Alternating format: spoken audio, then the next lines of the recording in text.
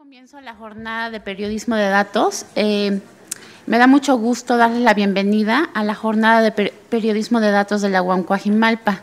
Esta iniciativa surge como una necesidad de tener un acercamiento con quienes se han atrevido a incursionar en el periodismo de datos. En la maestría en Diseño, Información y Comunicación, MADIC, estamos conscientes de que la formación interdisciplinaria es muy importante y por lo tanto consideramos que el periodismo de datos es un ejemplo claro de que se requieren formaciones integrales. Nos interesa mucho conocer a expertos en el área quienes nos platicarán del trabajo que realizan.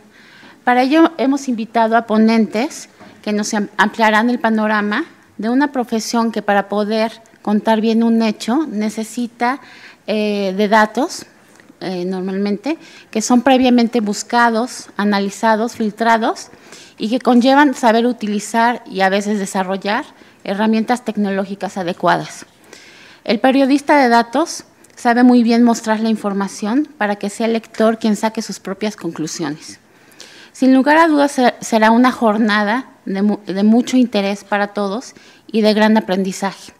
Con ello, también voy a dar la palabra a Jocelyn Molina, que es estudiante de la cuarta generación de la MADIC, quien junto con la coordinación ha organizado esta jornada para que sea ella quien dé la bienvenida a nuestro primer ponente, que es Israel Piña. Hicimos algunos cambios en cuanto a la programación de la jornada debido a cuestiones de tráfico, así que el maestro José Reveles se presentará en unos momentos y por el momento vamos a comenzar con Israel Piña, de Quien Compró. Jocelyn. Buenos días, muchas gracias a todos por asistir a la jornada de periodismo de datos, por llegar temprano. Y bueno, yo soy alumna de la MADIC. Esta intención de hacer este congreso es porque tenemos un proyecto final que es la jornada de periodismo de datos. Lo primero que hicimos en esta primera fase del proyecto fue hacer entrevistas. Entonces nos dimos a la tarea de buscar quiénes eran como las personas que están haciendo periodismo de datos en México. Lo principal fue que nos dimos cuenta que son muy pocos. Y son muy pocos porque estos periodistas están saliendo de su zona de confort y están aprendiendo cosas nuevas, están aprendiendo a trabajar de forma diferente, no como el periodismo tradicional. Trabajan de forma interdisciplinaria. Hay periódicos en donde se tiene gente de estadística, de diseño, de programación, y ellos están conscientes que si no trabajan con estos equipos no pueden hacer la calidad de proyectos periodísticos sobre datos. Israel fue el primer entrevistado, al cual agradezco porque nos ha apoyado mucho, nos dio como una introducción a este tema y voy a leer su reseña. Es licenciado en Comunicación por la FES Acatlán de la UNAM, maestro en Periodismo y Asuntos Públicos de CIDE, fue reportero del periódico Mural, filial del Grupo Reforma en Guadalajara, también fue editor general de la revista Etcétera, especializada en análisis de medios de comunicación. Actualmente es coordinador general del equipo Quien Compró y director de análisis e innovación digital del sitio político.mx. En el ámbito del periodismo de datos y las aplicaciones cívicas, obtuvo el primer lugar en el concurso de Hack Ciudad de México, el primer lugar en el Hub Abra Latam México, el segundo lugar en el Hack Justicia Cotidiana y el tercer lugar en el Hack Abre Latam Latinoamérica. El proyecto Quien Compró ha sido mencionado positivamente en diversos medios internacionales especializados, así como por el área de datos abiertos del BID. Gracias, Israel.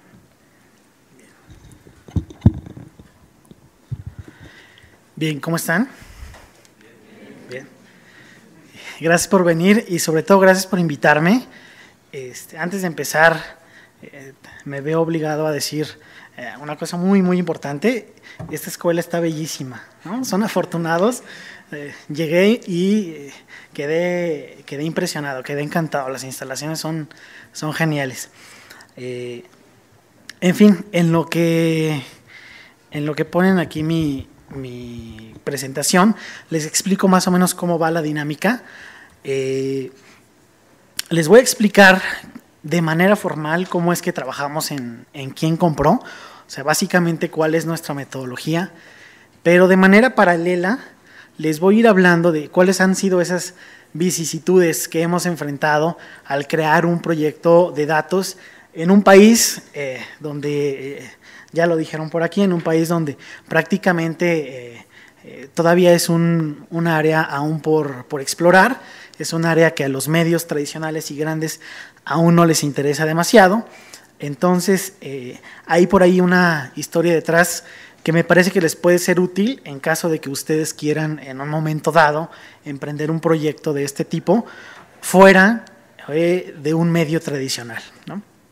En fin, vamos a empezar.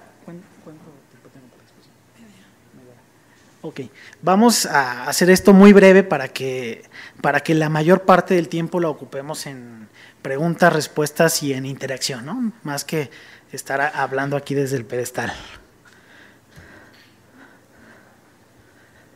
Vamos a empezar con este video, espero que haya sonido. Bueno, no.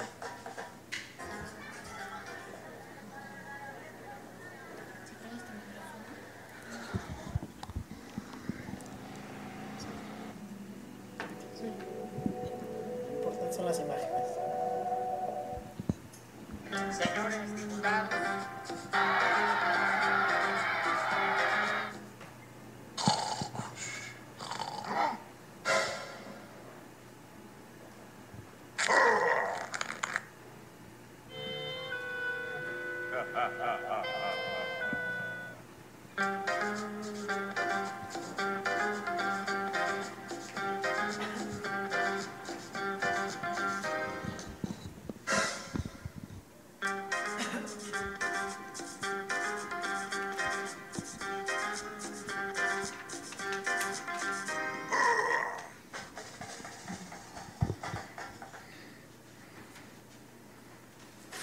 Bien, hace aproximadamente 4 años, un grupo de compañeros que estábamos cubriendo o que habían cubierto en algún momento, ya sea la Cámara de Diputados o la Cámara de Senadores, estábamos bastante insatisfechos profesionalmente. Creo que este es el origen personal de quien compró. Ya vimos el origen público, pero el origen personal fue un poco la frustración por la dinámica que encontrábamos en el propio Congreso, en la relación de la prensa con el poder y la relación de los medios con el poder, la relación de los mismos medios con sus propios reporteros.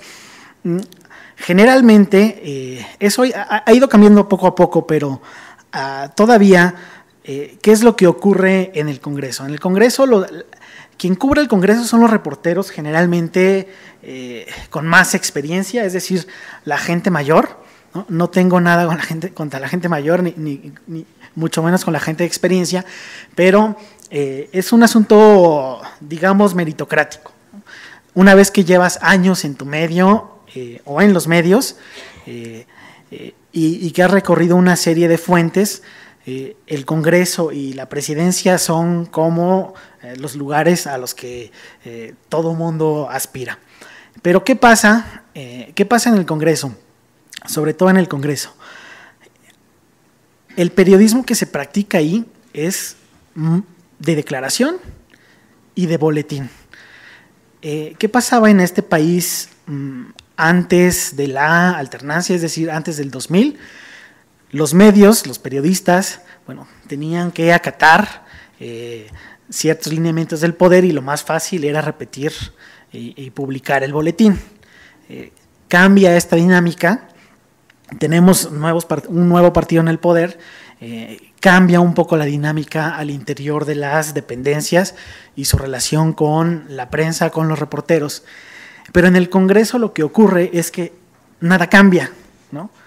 Lo que ocurre es que estos mismos reporteros que estaban en tiempos del PRI, pues son los reporteros que se quedan en tiempos del PAN y por lo tanto conservan las mismas prácticas.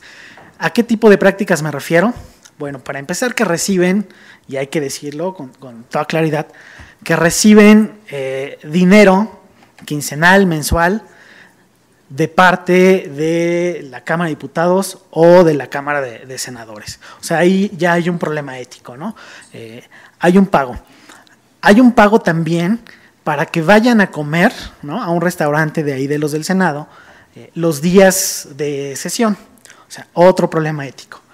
Y llega un momento en el que los mismos reporteros cobran por publicar boletines. Entonces, ¿qué ocurre?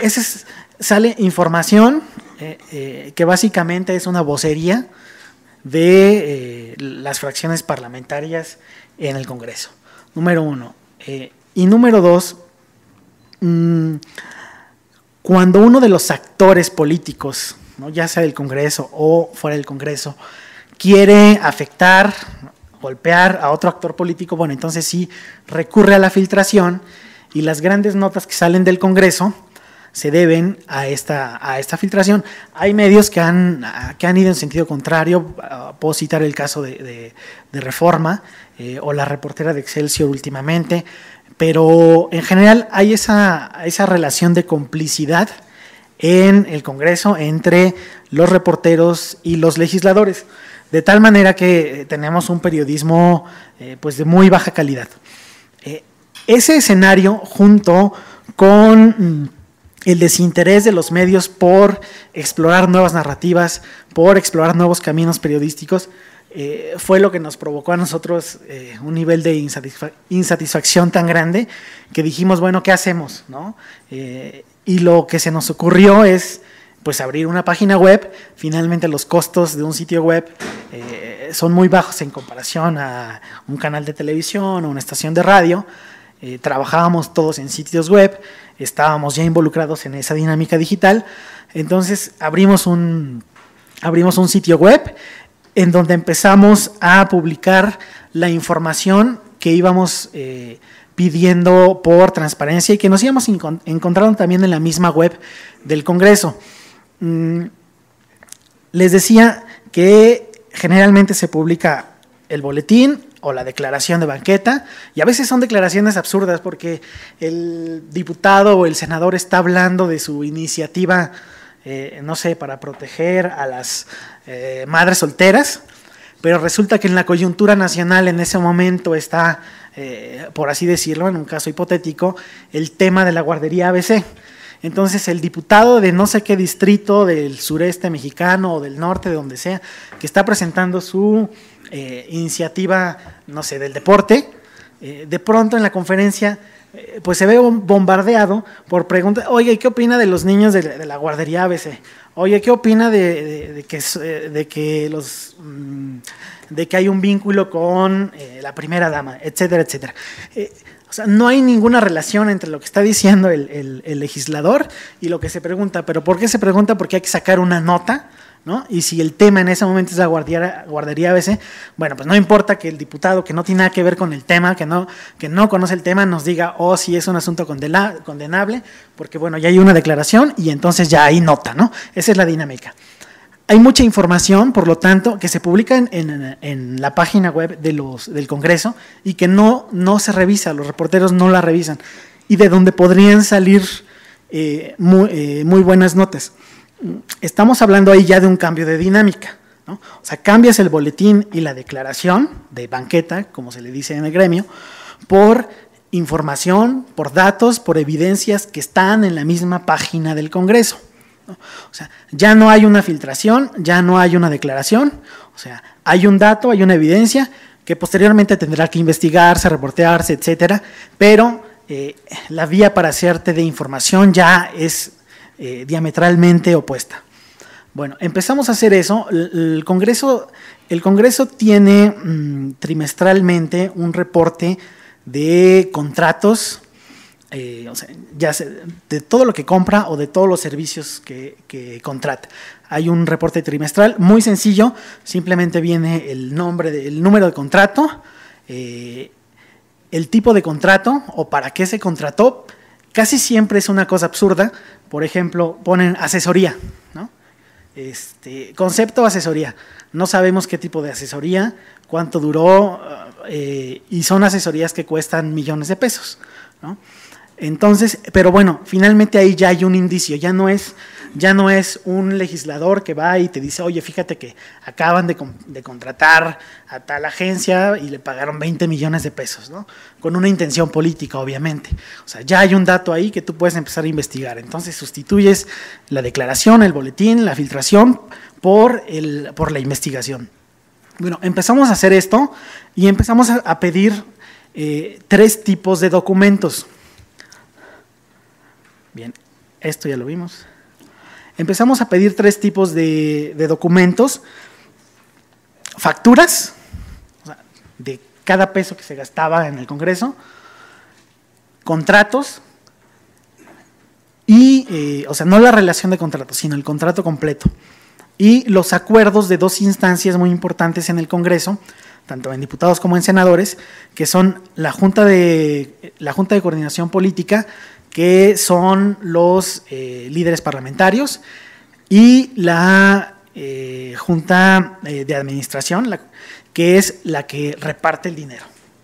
Ellos se reúnen cada determinado tiempo y cada que se reúnen tienen que elaborar un informe, una minuta de lo que se aprobó en esa reunión. Entonces, ahí también hay datos interesantes. Empezamos a pedir esas 3 cosas por transparencia. Pero ¿qué fue lo que pasó? Nos empezaban a negar todo, absolutamente todo. Un poco por la opacidad misma del Congreso y otro tanto por nuestra ignorancia. ¿Por qué? Porque si nosotros pedíamos, por ejemplo, quiero todos los gastos de publicidad, la respuesta era, no, pues nosotros no hacemos publicidad, ¿no? O sea, aunque estuvieras viendo el spot en ese mismo momento, ¿no? ¿Y por qué lo negaban? Porque en el presupuesto no se llamaba publicidad, sino gastos de comunicación. Entonces había que pedirlo exactamente para que pudieran dárnoslo, número 1. Y número 2, pedirlo a la instancia correcta. Si lo pedíamos general, entonces ellos te decían, no, pues ya le preguntamos a tal instancia y nos dicen que no. Entonces teníamos que saber muy bien qué instancia del Congreso estaba manejando esos recursos para disminuir, ¿no?, la posibilidad de que nos negaran información. En fin, pero ¿por qué estábamos tan obsesionados con todo esto? La verdad es que salen unas cosas maravillosas que ya veremos ahorita en las respuestas, unas cosas maravillosas en el peor de los sentidos, ¿no? ¿Por qué? Porque pues nuestro Congreso tradicionalmente, ¿no?, hasta la fecha, aunque tengamos una nueva ley de transparencia, es de lo más opaco, o sea, es opaco incluso por ley, ¿no? Y ahorita les explico esto. Nuestro Congreso es el 5º más caro del mundo, por ejemplo, ¿no? Es más caro que el de Alemania, cuando nuestra economía y la de Alemania, pues bueno, son muy, muy diferentes, ¿no? Y luego hay una parte muy importante, y a eso me refería con lo de ley, que se llama subvenciones en el caso de diputados y asignaciones a grupos parlamentarios en el caso de senadores. Hay muchos tipos de subvenciones, ¿no?, o subtipos, pero ¿qué tienen en común? ¿O cuál es la característica? Es dinero que se le asigna a los grupos parlamentarios, es decir, al PRI, al PRD, al PAN, etcétera, y ellos no están obligados a decirnos en qué se gastaron ese dinero. O sea, les damos millones de pesos cada mes, ellos se los gastan como quieren, hacen un reporte de cuánto se gastaron, pero no es un reporte específico y mucho menos hay documentos fiscales probatorios. O sea, ellos nos pueden decir, gastamos en apoyo a los distritos X, pero no hay manera de comprobarlo. Se dice, hay indicios, hay sospechas de que este dinero, bueno, pues se va para campañas. Estamos hablando de millones de pesos, ahorita lo vemos. Entonces, pero por ley ellos no tienen que transparentarlo. Nosotros lo hemos pedido muchísimas veces solo para tener una colección de las respuestas negativas. Y hasta la fecha, a pesar de la nueva ley de transparencia, todavía no están obligados a decirnos en qué se gastan. Bueno, ¿de cuánto dinero estamos hablando? Este es el presupuesto de la Cámara de Diputados. Vean, siempre va a la alza. Este año es de 7,500, casi, sí, 7,500 millones de pesos. 7,500, hay estados que tienen más o menos esa cantidad de presupuesto, ¿no? Los estados más pequeños. Estamos hablando que le damos lo mismo, ¿no?, a 500 legisladores que a la población de toda una entidad.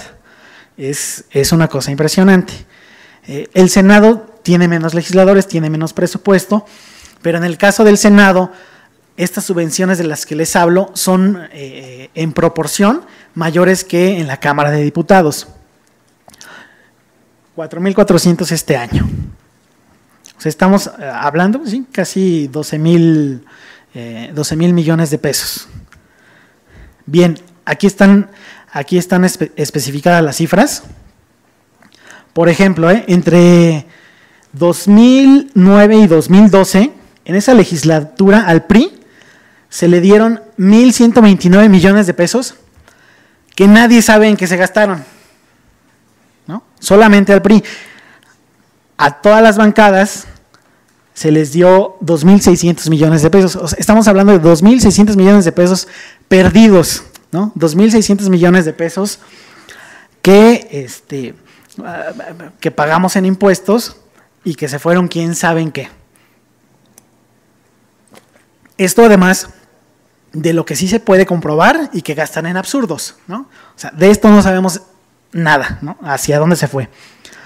Y en la siguiente legislatura, la que terminó el año pasado, fueron casi 1,000 millones más, ¿no? 3,600 millones de pesos, de los que no sabemos nada. Ahora veamos el caso del Senado. 2012, por ejemplo, 1,000 millones de pesos, de los que no supimos nada. ¿Cuánto representa? 2012... O sea, de un presupuesto de 3,900, no sabemos qué pasó con 1,000 millones. O sea, una tercera parte del presupuesto del Senado se va al vacío.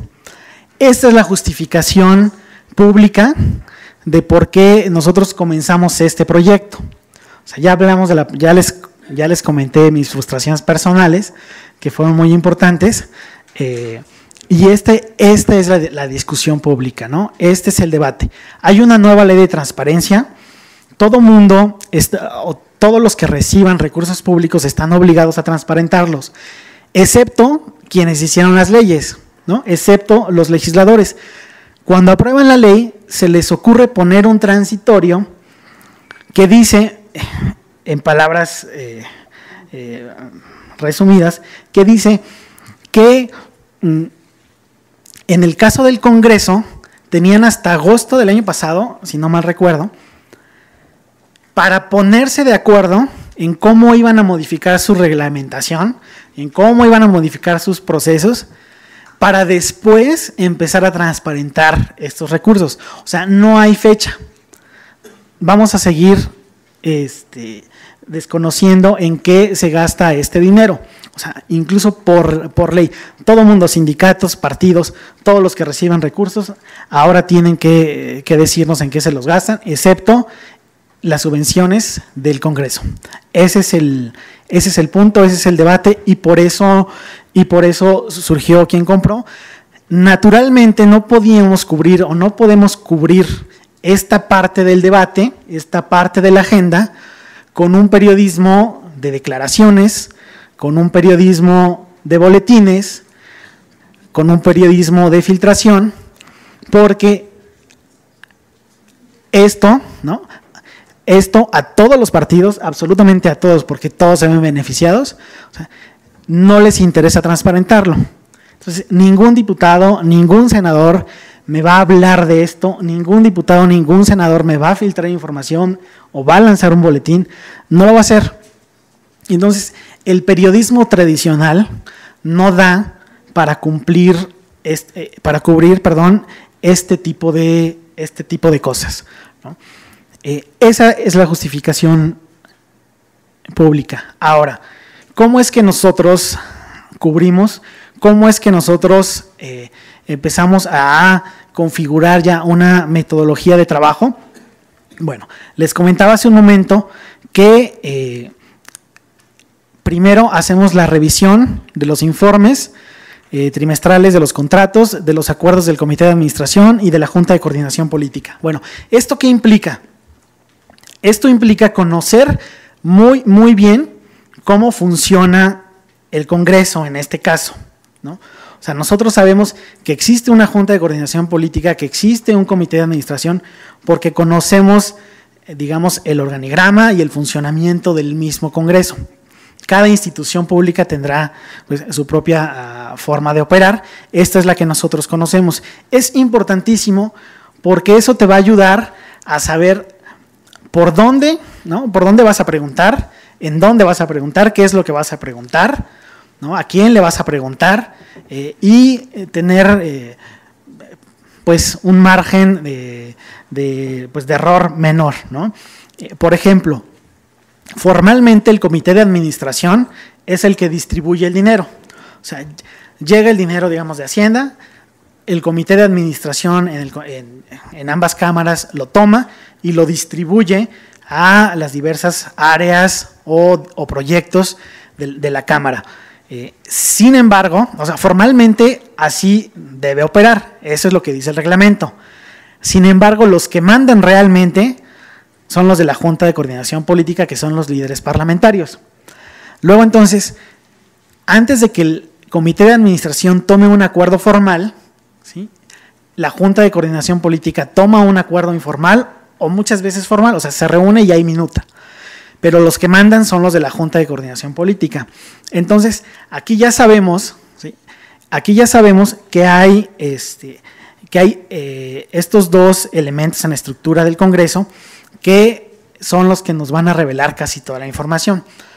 Esto también es importante porque muchas veces se piensa que hacer periodismo con solicitudes de información vía transparencia y con datos es simplemente estar en una computadora, ¿no?, scrapeando, ordenando bases de datos, visualizando y publicando. No es así, ¿no? O sea, partimos de que conocemos una parte de la realidad, ¿no? En este caso es el Congreso, y eso implica salir a reportear, ¿no?, como se hacía antes. Eso implica conservar los valores del periodismo que lo han regido desde hace muchísimo tiempo. O sea, no significa, muchas veces uno piensa en periodismo de datos y piensa en un hacker, ¿no?, que genera un código, un robot, se roba la información, ¿no?, así tipo Julian Assange y listo, tienes la primicia. No es así, ¿no? O sea, hay que reportear, hay que salir a la calle para conocer ese fragmento de la realidad y después poder abordarlo con nuevas técnicas, con nuevas herramientas. Una vez que nosotros hacemos este scrapeo, ahorita les digo con qué tipo de herramientas, este scrapeo de información en la web, nos vamos a un siguiente paso, que es el detalle, ¿no? Hacemos solicitudes, les decía, de facturas y de contratos. ¿Por qué? Porque a lo mejor en el reporte trimestral o en el acuerdo mencionan el número de contrato, mencionan el gasto general y a qué instancia se fue, pero no dan mayor información. Incluso generalmente son muy ambiguos, ¿no? Como es lo que está en la web, ¿no?, pues tratan de ser lo más opacos posible. Entonces, pero si nosotros tenemos ya el número de contrato, podemos pedirlo. Si nosotros, además tenemos el concepto, bueno, podemos pedir las facturas y conocer los detalles. O sea, no es lo mismo una asesoría X que una asesoría que le di a la empresa de otro panista, ¿no?, o a la empresa de un mismo legislador. Eso no sale en la primera capa, que es la web, y muchas veces ni siquiera sale en la segunda, pero la segunda nos va a dar mayor luz para entonces sí salir a la calle.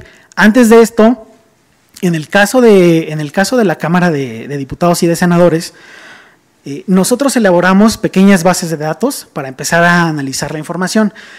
¿Por qué? Porque el Congreso no tiene datos abiertos, ¿no? O sea, lo único que hay de datos abiertos sobre el Congreso es lo que Hacienda sube a Transparencia Presupuestaria, que es una base de datos de todo lo que va gastando el Congreso y de todo lo que gastó en el ejercicio anterior. Y bueno, puedes descargar tu CSV y analizar. Pero el Congreso no hace eso, ¿no? El Congreso tiene PDFs, pero además PDFs que son imágenes, que no son realmente PDFs. No sé si sepan ustedes esta diferencia, ¿no? Son diseñadores. Entonces, ni siquiera sube el PDF, sino sube un PDF de la foto o de la fotocopia del documento original, ¿no? Y de tal manera que complica, ¿no?, la manipulación del documento. No son formatos abiertos.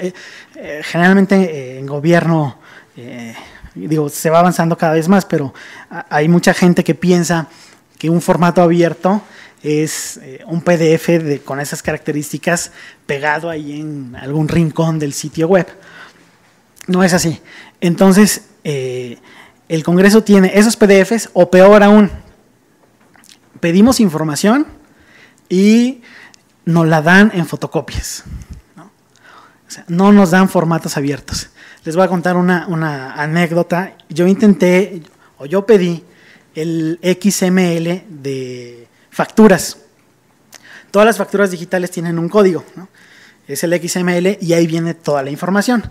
Si nosotros obtenemos ese XML, ¿no?, a través de una herramienta podemos interpretar esa información y armar una base de datos para poder analizar con mucha mayor facilidad.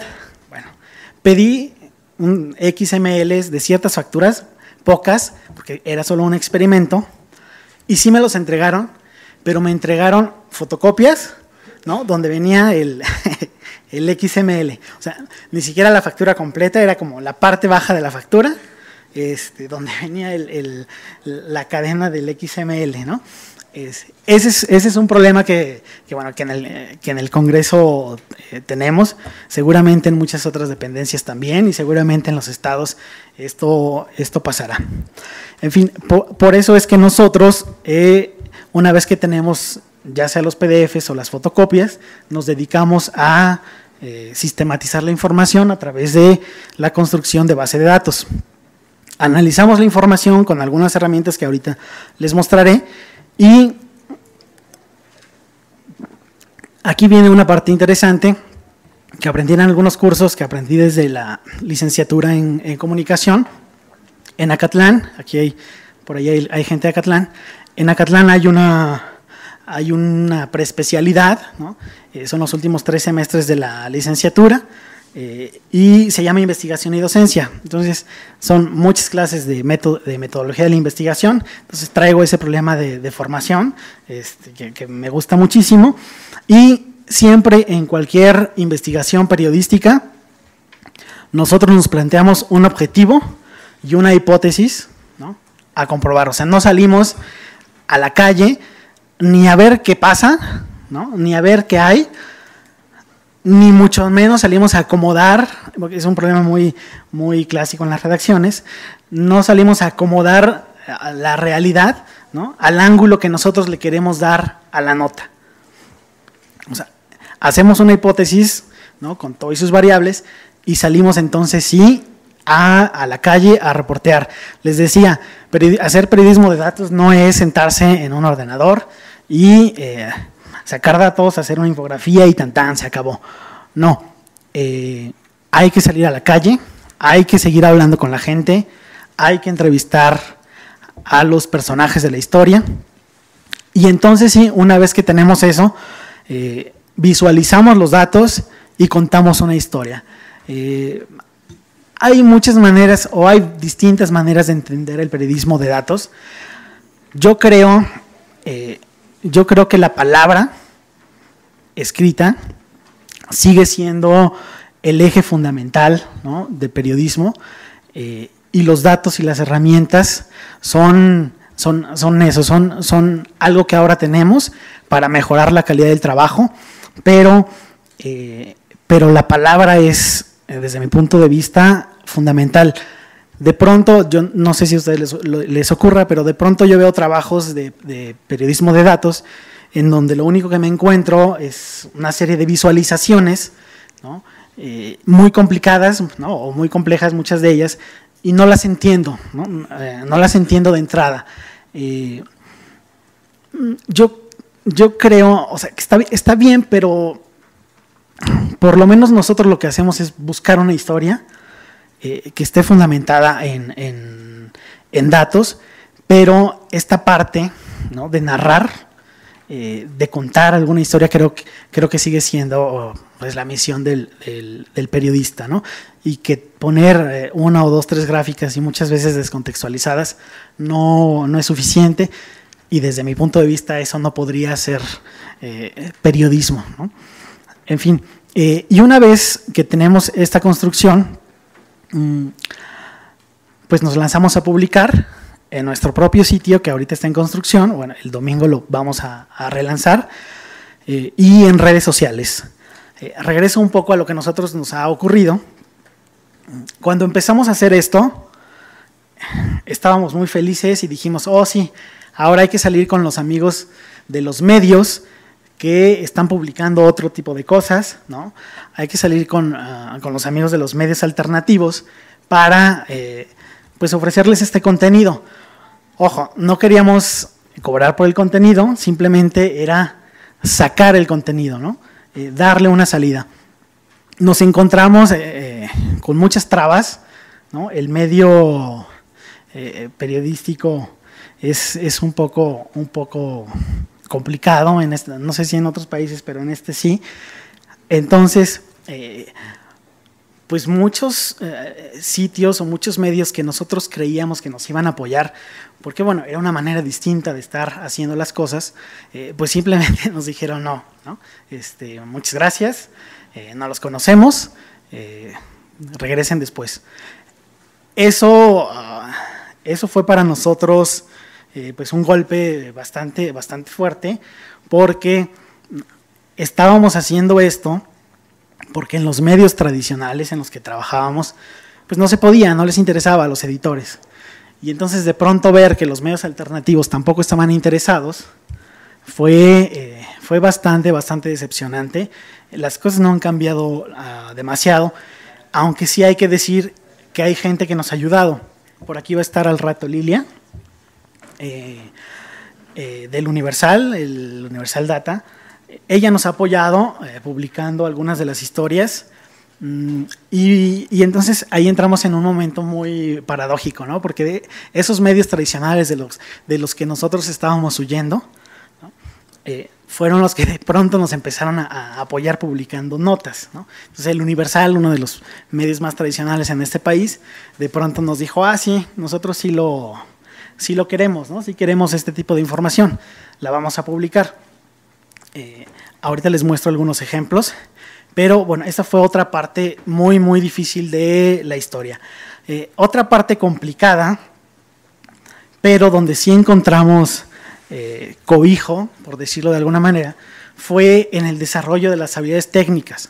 De pronto nos dimos cuenta que pues sí era importante estadística y Excel, ¿no? Generalmente en la licenciatura dices, bueno, eso jamás lo voy a ocupar en esta carrera, y te das cuenta de que sí. Entonces tuvimos que regresar un poco a ese proceso. Estadística, manejo de Excel. Hay otro tipo de herramientas más avanzadas que empezamos a también aprender, y de pronto uno pierde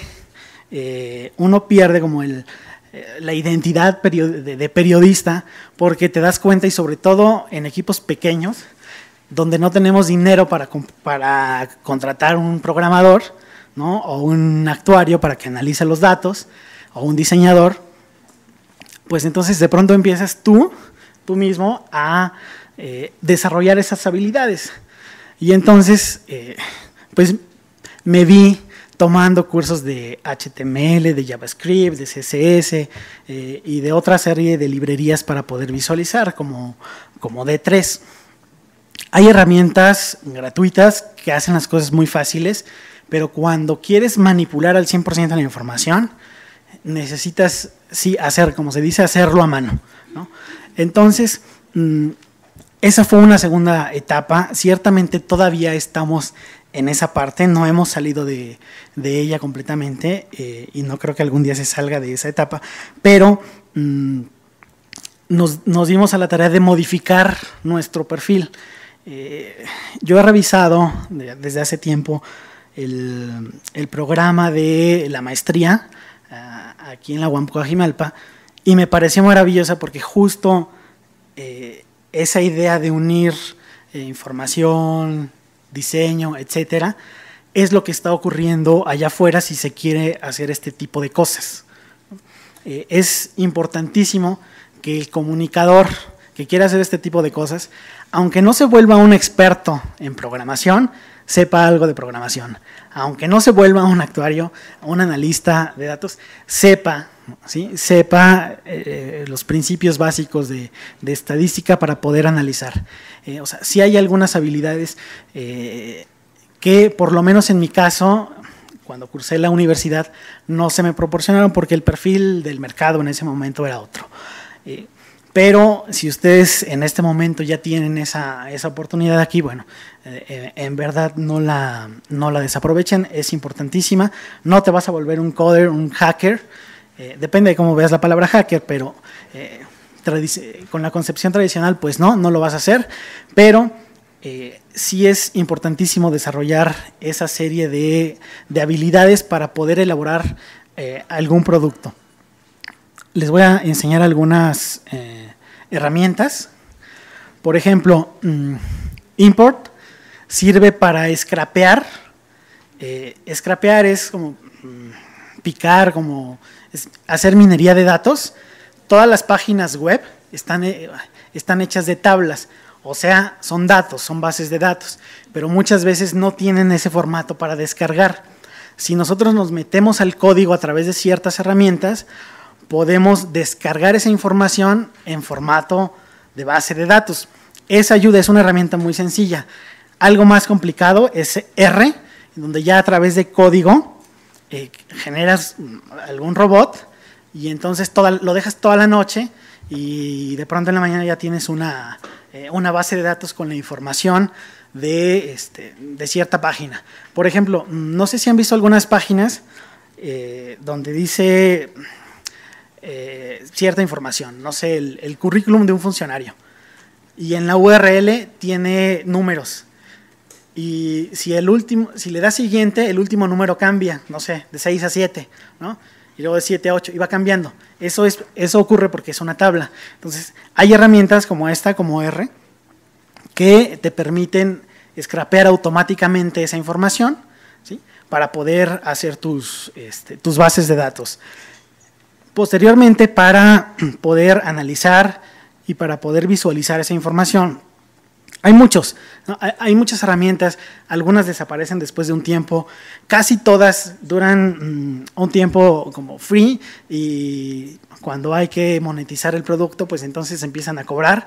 Entonces hay que estar probando. Estas son las que yo uso en este momento. La de OpenFind es totalmente abierta. Ya la compró Google, me parece, pero sigue siendo completamente abierta y esa sirve para analizar informaciones. Es digamos, como un Excel, pero más poderoso, ¿no? Por decirlo de una manera muy, muy sencilla. Plotly hace lo mismo, pero te permite ya hacer visualizaciones más avanzadas y sobre todo tiene una cosa muy, muy, muy bonita. Además de descargar el JPG, tú puedes descargar ya el HTML, o sea, el código, de tal manera que puedes incrustarlo en tu página y tener una visualización interactiva. Eso es lo maravilloso de esa herramienta.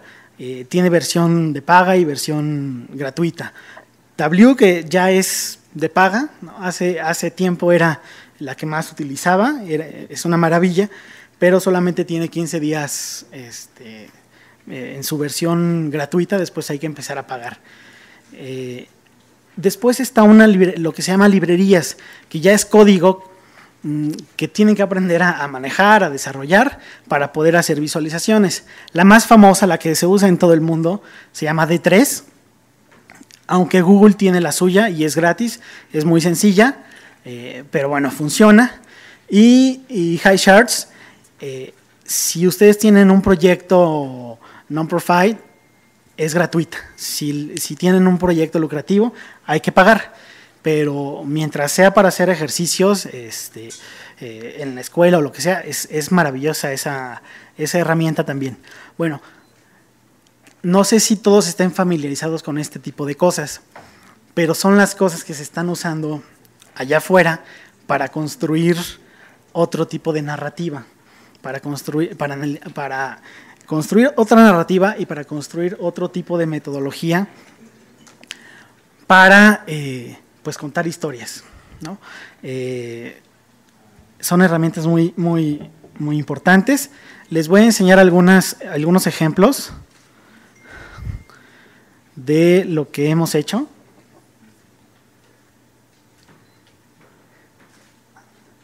Este es un texto que publicamos en Conectas, que es una organización latinoamericana que apoya a periodistas, sobre todo periodistas de investigación y de datos. Es un texto en el que a través de todo este proceso que ya les comenté, descubrimos que la bancada del PAN le pagaba a algunos miembros de su misma bancada algunos servicios, ¿no? Como redes sociales, consultorías jurídicas, ¿no? A pesar de que hay áreas en el Congreso que se dedican a hacer eso. Si quieren obtener apoyo, esta organización está muy, muy abierta. Cada medio año, me parece, saca una convocatoria, mandas tu propuesta y entonces te apoya, a veces con dinero y siempre con capacitación y con mentoría. Denme un segundo.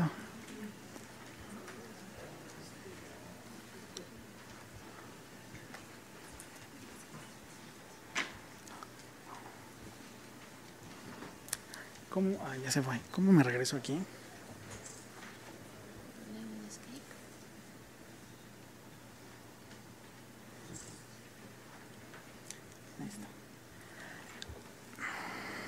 Esta es una nota que salió en primera plana del Universal. Encontramos muchas facturas de cantinas a las 2 de la mañana, ¿no? Y en fin de semana. Entonces, no sé si las comisiones y los legisladores estén a esa hora trabajando en alguna minuta o en alguna iniciativa de ley, ¿verdad? Ese es.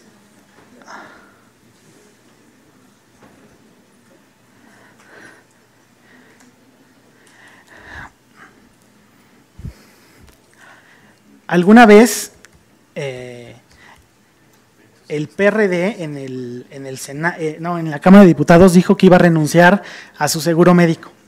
Entonces, en los reportes del comité de administración se registran todas esas cosas y nos dimos cuenta de que, pues en realidad no todos, que 33 de los diputados dijeron, bueno, pues es una propuesta de nuestro coordinador, pero nosotros no le entramos, ¿no? Nosotros conservamos nuestro seguro de gastos médicos y eso, bueno, se obtiene scrapeando la red.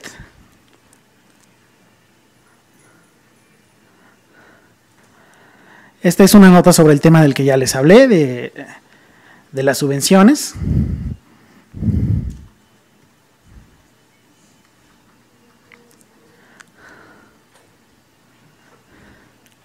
A esta ya la vimos. Esta es una historia en el Senado. Resulta que cuando Ernesto Cordero llega a la presidencia de ahí del Senado, manda a hacer para todos los legisladores una bandera con el nombre de cada uno de los senadores grabado.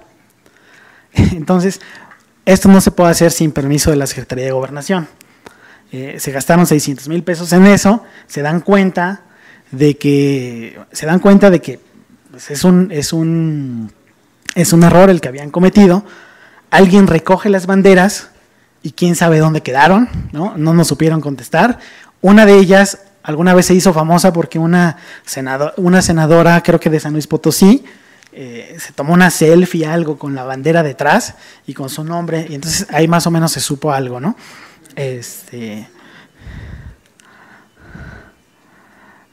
Y cada que empieza una legislatura, los diputados o senadores mandan a hacer unos pines que se ponen aquí en su traje. Entonces, pues resulta que, a ver, esta no es, ahorita se las enseño.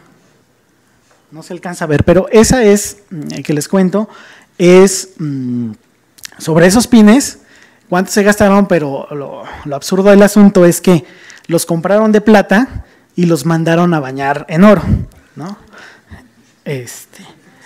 Y todo eso sale de las facturas.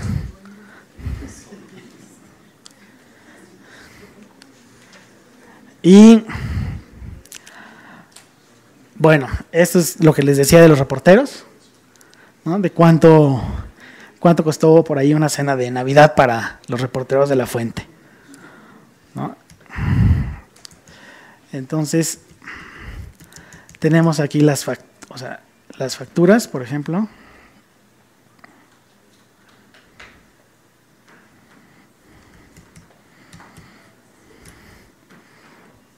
Evento.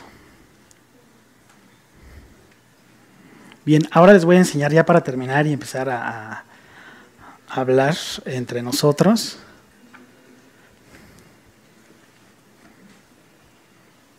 Les voy a enseñar algunas facturas, algunos ejemplos nada más. A ver, esta no la hemos sacado. Pues resulta que el señor Beltrones,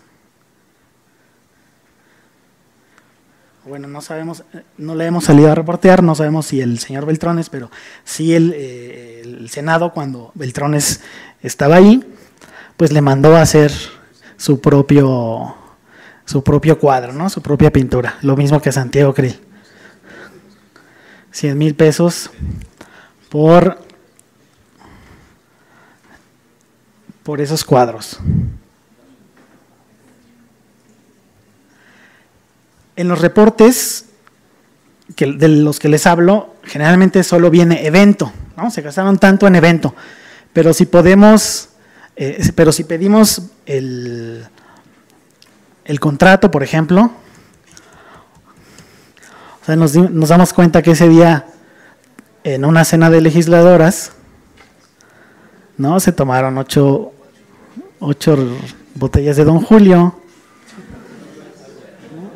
8 de Herradura, ¿no? 8 de Chivas, etcétera. Y lo que comieron, o lo que cenaron, mejor dicho.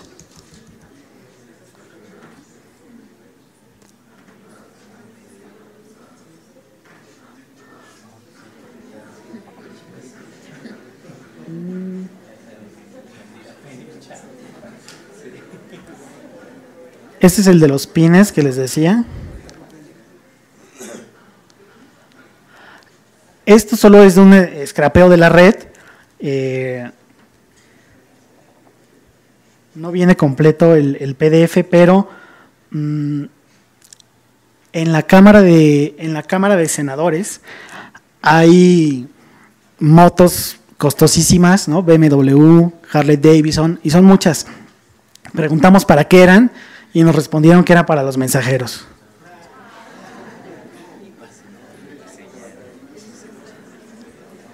Y por ejemplo,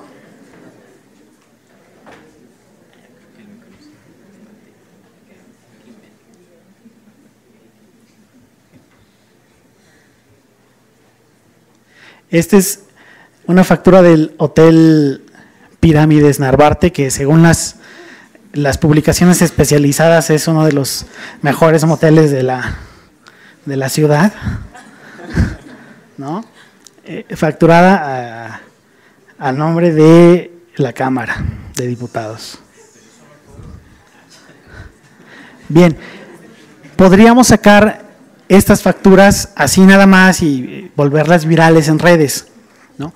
Pero creo que el periodismo de datos tampoco es eso, ¿no? O sea, sí hay datos que te escandalizan, o sea, y al periodista, a diferencia del analista de datos puro, lo que le interesa no es la constante, ¿no? Sino aquellas rupturas, o sea, donde hay una desviación, o sea, ahí algo está ocurriendo, ahí hay una historia. Entonces, se puede presentar esa desviación, o sea, ¿qué hace una factura del hotel o del motel Pirámides? ¿Qué hace una factura de 2 cuadros? ¿Por qué? ¿Para qué? Se podría lanzar así, porque es una desviación, y tener en redes una cosa muy viral. Pero no se trata de eso, ¿no? Se trata de salir a reportear, se trata de construir datos alrededor de un fenómeno y se trata de contar una historia. En fin, pues esto es lo que nosotros hacemos. Dejo el micrófono por si alguno de ustedes quiere comentar, preguntar, sugerir.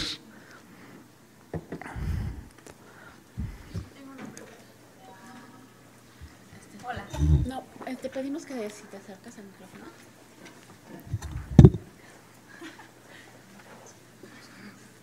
¿Me acerco al...? ¿Sí? Bueno. Es que eso está grabando. Ah, ok. Hola Israel, muchas gracias por tu ponencia. Yo quería saber si nos podías dar algunos consejos de cómo hacer las solicitudes, porque luego nos topamos con los casos de que es información confidencial, que, o sea, te ponen 1000 trabas y tienes que seguir haciendo como tus recursos de que lo vuelvan a revisar y así. No sé si ustedes solicitan los contratos directo porque saben quién es la empresa o nada más hacen así como las solicitudes más generales, o en el mismo caso de las facturas, ¿cómo es? O sea, si nos pudieras dar algunos consejos de cómo hacer las solicitudes en transparencia para no toparnos con estos bloqueos. Voy a decir algunas cosas que a lo mejor son obvias, pero muchas veces justo por eso se nos pasan. O sea, la primera es conocer muy, muy, muy bien la ley de transparencia, ¿no? Al dedillo. Número 2, conocer muy bien la dependencia o la institución pública a la que le vas a solicitar esa información. Eso reduce muchísimo las posibilidades de que te la rechacen. ¿Por qué? Porque utilizas muy bien los conceptos que ellos utilizan en su presupuesto, ¿no? Porque identificas a quién le tienes que pedir la información o en qué áreas posiblemente esté esa información. Número 2, ser muy, muy específicos y utilizar el lenguaje de su reglamento y el lenguaje de su presupuesto, ¿no? Les decía hace un rato, si pides publicidad, a lo mejor te dicen que no, pero si le pones comunicación institucional, incluso el número del concepto, ahí ya reduce las posibilidades. También hay que delimitarlo en tiempo, ¿no? Muchas veces pedimos cosas generales, pero si tú dices, yo quiero saber lo que gasta tal dependencia en el concepto tal que se refiere a alimentos, solamente de tal a tal fecha, ¿no? Porque sabes que lo que tú estás buscando está en ese periodo de tiempo. Otra cosa, ya cuando te vuelves conocido por ellos, ¿no? Lo que tratan es de bloquearte, ¿no? De no darte nada. Entonces, pues utilizamos ahí varias técnicas, como abrir muchas cuentas de correo, cuentas en el sistema, o pedirle al amigo del amigo del amigo que haga la solicitud, ¿no? Para que puedan, para que no digan nada, ya sabemos quién es, dile que no, ¿no? Y sí suele suceder, por ejemplo, a nosotros en el Senado. Se supone que cuando haces una solicitud, la dependencia o el funcionario que debe otorgar la información no tiene por qué saber quién eres, ¿no? Sin embargo, o sea, sí nos ha pasado que el actor político o el legislador nos dice directamente, oigan, ¿por qué preguntaron eso? ¿No? Cuando se supone que no tendrían por qué saber que lo preguntamos. Entonces, por seguridad y por estrategia, pues que varias personas pidan cosas diferentes y ir rotándolas. Ese es otro buen camino. Y pues en general creo que son los tips que podría darte. En el caso del Congreso, todavía es una cosa muy especial, porque, por ejemplo, en la Cámara de Diputados, el titular de la Oficina de Transparencia está ahí gracias al presidente de la mesa directiva, el presidente en turno. Entonces obedece a los intereses de ese presidente. Número uno. Número dos, hasta hace tiempo, hasta antes de la nueva ley, si tú querías poner un recurso, lo tenías que poner en la Junta de Coordinación Política, o sea, no en la oficina de transparencia, sino con los líderes de los partidos, una cosa absurda. Entonces ahí ya era prácticamente insalvable, pero bueno, ahora sí te puedes ir a pelear al INE. Pues en general conocer muy bien la ley y la institución. ¿Y ustedes piden copias digitales o sí lo impreso? No, pues pedimos de todos los formatos, pero generalmente nos entregan puro papel. ¿Sí? Puro papel, y además pues cada copia cuesta 50 centavos. Entonces sí nos hemos gastado un poco de dinero en eso, pero ni hablar. Gracias. No, a ti. ¿Puedes, por favor, encender tu micrófono? Bueno, buenos días. Pues felicidades por esta iniciativa. Felicidades a ustedes porque es algo que está haciendo mucha falta, como bien lo dijiste.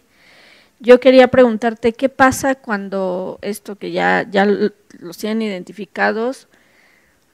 Hay ocasiones en las que te dicen, bueno, ¿sabes qué? Sí tenemos la información, pero tienes que venir aquí por ella, ¿no? Tienes que entregar tu credencial de lector y eso. Y eso vulnera a los periodistas principalmente, porque queda uno expuesto, ¿no? Y empiezan a identificarte y de ahí, bueno, a bloquearte. Entonces aquí, ¿qué estrategias ustedes han utilizado? La otra es, si ustedes experimentaron dificultades con el cambio, hubo cambios recientemente con las reformas y luego anteriormente con el cambio de gobierno en los organigramas, la gente que las oficinas se fusionaron, transparencia que inicialmente era un rubro que no le daban mucha importancia, hasta que empezaron a ver que recursos de revisión los perdían y entonces ya dijeron, sí, a ver, vamos a ponerle más. Incluso era una sola persona la que hacía casi prácticamente todo, empezaron como a ponerle más atención, pero hay como un parteaguas en esto. Entonces, estas personas, las nuevas, no fueron capacitadas como se debe o como se debería, y entonces la información quedó ahí como un poco en el limbo, no encuentran nada, no saben buscar nada, porque lo que generalmente pasa, no hay una continuidad administrativa, sino que el que se va se lleva todo, ¿no? Y luego a veces de verdad dejan casi vacíos los archivos, y ustedes se enfrentaron con esto y cómo lo han sorteado. La otra es ¿dónde nosotros podemos aprender estas herramientas? Digo, sabemos que hay personas que saben programación y que se puede hacer este equipo multidisciplinario, pero lo que tú comentabas al inicio es que hay pocas personas que están haciendo esto, y a veces lo que a mí me ha pasado es que se trata de hacer equipo con otros compañeros, programadores, diseñadores, ya a la hora de presentar la información, ¿no? Pero están en 1000 proyectos y entonces es bien difícil poder como que coincidir y sacar adelante algo, ¿no? Entonces, ¿dónde se puede aprender, si nos puedes decir, algo básico, muy elemental para aprender a scrapear, para aprender a programar, algo muy básico, para que nosotros podamos a lo mejor en un inicio avanzar con nuestras investigaciones y ya a lo mejor llegar a un compañero ya especialista en esto y ya decirle, mira, yo alcancé a hacer esto, este es el bosquejo pues de lo que yo logré hacer, y ya que él lo perfeccione y ya avanzar, porque se pierde mucho tiempo en estar buscando quién puede o quién quiere, porque luego también es eso, ¿no? Sobre todo cuando no te conocen, ¿no? Y bueno, ¿alguna experiencia que nos puedas decir en cuestión de periodismo judicial con la nueva reforma? Si ustedes han hecho este tipo de periodismo y qué este tipo de investigaciones y qué se han encontrado, porque cambiaron algunas, bueno, si no algunas, muchas cosas. Gracias. Bien, sobre la última pregunta, no, nosotros hacemos solamente cosas del Congreso. Sobre la primera, bueno, aplicamos la de primo de un amigo, ¿no? Oye, haznos el favor y pide esto, así, tal cual, y listo. Aunque sí llega un momento en que, bueno, es inevitable que te pares en la oficina de transparencia y que te ubiquen, ¿no? Nosotros somos un colectivo que trabaja en diversos medios y que esto lo hacemos en nuestros ratos libres y por puro gusto. Entonces, ¿qué ha ocurrido? Que han llegado a hablar a los medios donde trabajamos para decirle al editor, oye, pues tranquiliza a este joven, ¿no? A esta jovencita que está preguntando demasiado. O sea, sí llega un momento en que eso se vuelve inevitable, y sobre todo nosotros que pedimos, o sea, cajas de facturas, o sea, no pedimos 5, 10, como pedimos por tiempo y por concepto, hacemos ese cruce. O sea, nos han entregado hasta 10 cajas de un jalón, ¿no? Entonces es inevitable que te ubiquen. Ahora, ¿dónde aprendes este tipo de cosas? Hay dos maneras. Hay colectivos que son muy activos aquí en la Ciudad de México, y con los que puedes aprender todo este tipo de cosas. Uno de ellos se llama SocialTIC, es una ONG que se dedica a capacitar tecnológicamente o a desarrollar habilidades tecnológicas en activistas y en periodistas. Ellos organizan cursos con regularidad y cada mes hay un evento que se llama Datos y Mezcales, porque es en una mezcalería. Entonces, ahí hay intercambio de experiencias, hay presentación de proyectos.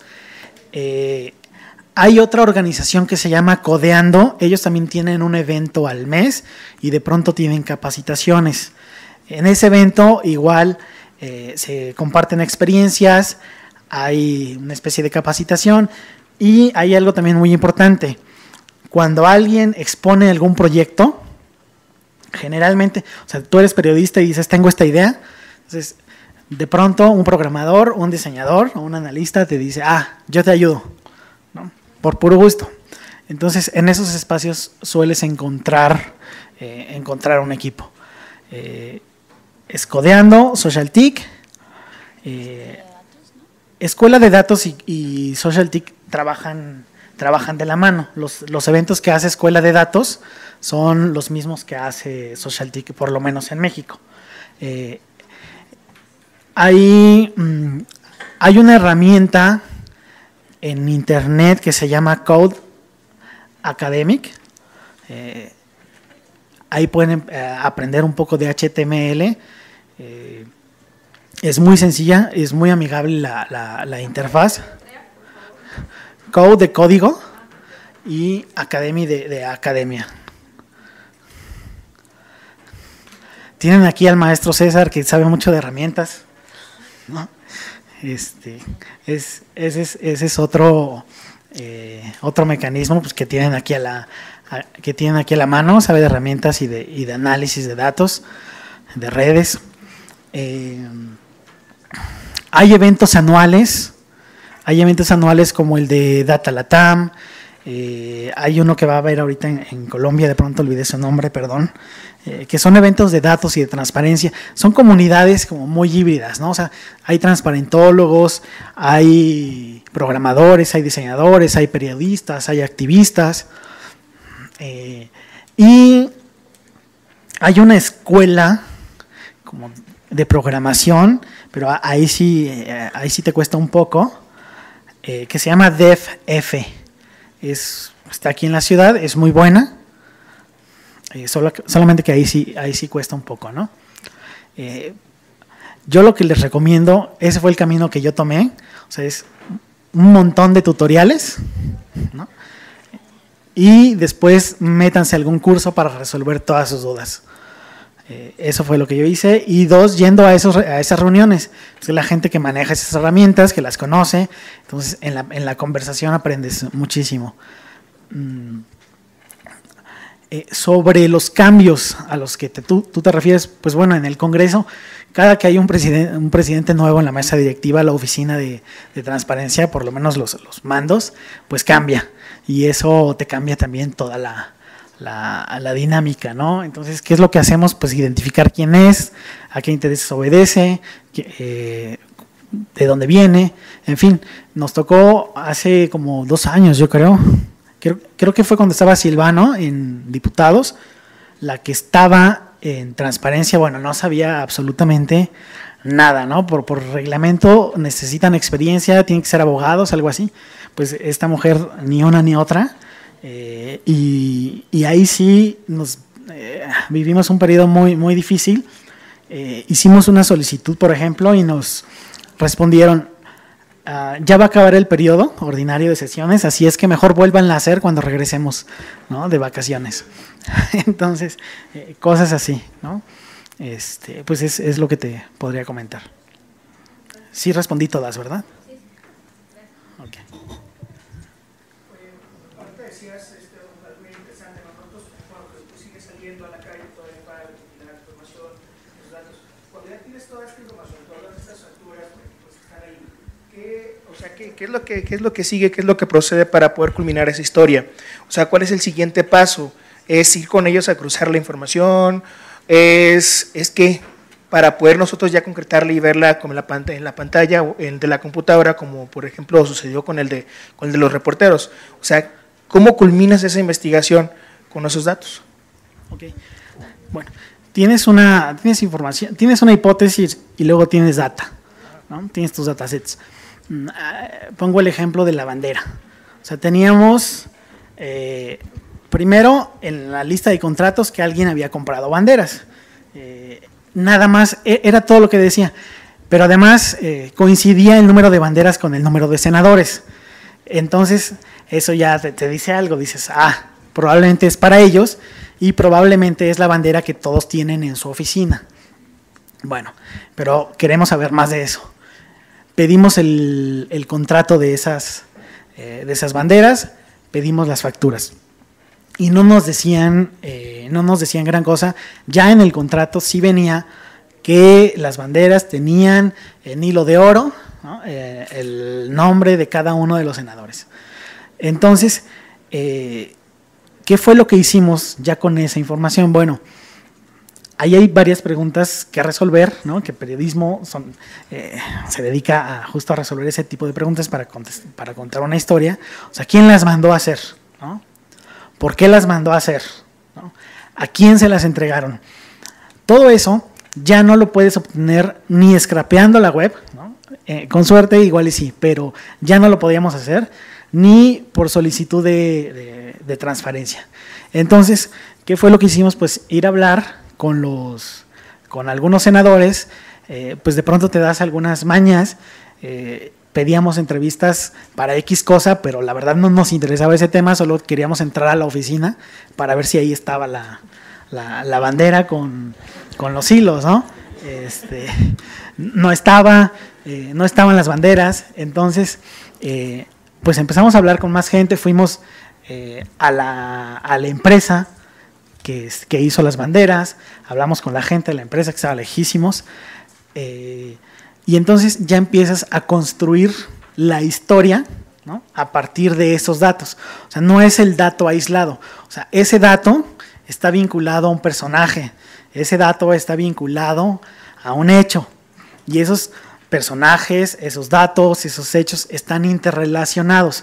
Una vez, es un poco como, a lo mejor es muy pretencioso, pero es un poco como un método estructuralista. Una vez que tienes los elementos, empiezas a través del reporteo a relacionar todos esos elementos, ¿no?, y a ver las estructuras de la historia. Una vez que tienes ya esas relaciones, y la estructura. Entonces, si tú decides, ¿no? O sea, si tu hipótesis era la correcta, si no era la correcta, y por lo tanto, ¿cuál es el ángulo de tu historia? O sea, ¿dónde está la historia? Eso también, esa última parte también es de feeling periodístico, ¿no?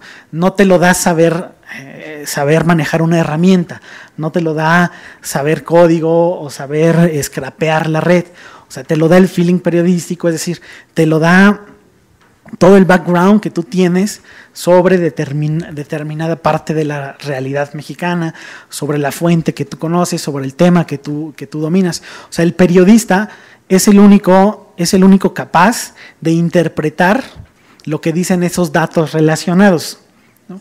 O sea, el programador y el diseñador te lo pueden poner en unas gráficas buenísimas.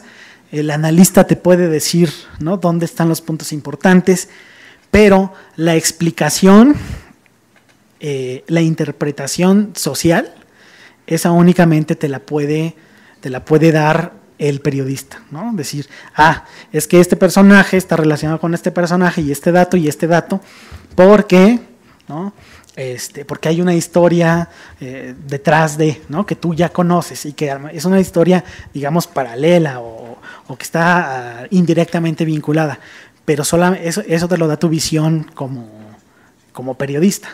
Pero ¿cómo amarras esas historias? O sea, ¿cómo lo terminas de amarrar? Me dices, es una información que yo ya sé y que yo como periodista sé y que seguramente, y yo lo he hecho muchas veces, pero para el lector, o sea, ¿cómo lo amarro yo o cómo termino de amarrarlo para poder presentarlo entonces? Ok, esa es una buena pregunta. Para el lector, necesitas saber quién es ese lector, ¿no? Y ese es un poco también algo de periodismo digital. O sea, necesitas saber quién es tu lector, quién es tu comunidad, a quién te estás tú acercando, a quién le estás sirviendo, a quién le estás enviando esa información, para poder saber exactamente qué parte de la historia le va a interesar a esa comunidad, ¿no? Creo yo que los medios digitales, por lo menos en otras partes del mundo, que tienen mucho éxito son aquellos que logran hacer una conexión con determinada comunidad y por lo tanto tu medio adquiere cierto perfil, ¿no? O sea, no son medios generalistas que te hablan tanto de deportes como de política o de economía, son medios muy especializados y eso genera una comunidad también muy específica, ¿no? Con una identidad muy específica, con intereses muy específicos, y eso determina en buena medida, ¿sí?, por dónde vas a entrarle tú a la historia. O sea, no le interesa lo mismo. O sea, si tú tienes un tema como el presupuesto 2017, pero no le interesa lo mismo a la comunidad artística que a los científicos. Entonces, para contar tú la historia del presupuesto 2007, pues necesitas saber a quién le estás hablando. Por lo menos en los medios, digitales específicos, ¿no? O sea, no todos son específicos y no todos trabajan así y ni tienen por qué hacerlo, ¿no? Pero depende mucho del usuario. Pues muchas gracias a Israel. Le agradecemos que haya estado aquí con nosotros. Vamos a continuar por el tiempo. Queremos ver si pueden sentarse de este lado, los que están acá atrás, para que vean mejor las ponencias. Aquí te entrego. Muchas gracias.